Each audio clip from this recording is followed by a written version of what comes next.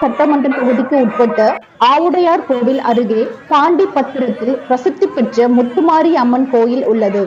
இந்த கோயிலில் கடந்த 18ஆம் தேதி ஞாயிற்றுக்கிழமை காப்பு கட்டுதலுடன் திருவிழா தொடங்கி நடைபெற்று வருகிறது.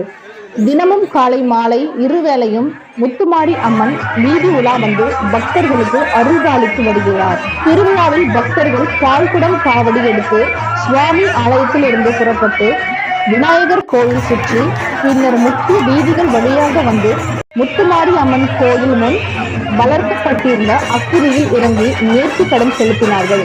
விழா ஏற்பாடுகளை பாண்டிப்பத்திரம் கிராமத்தார்கள் செய்து வருகிறார்கள்.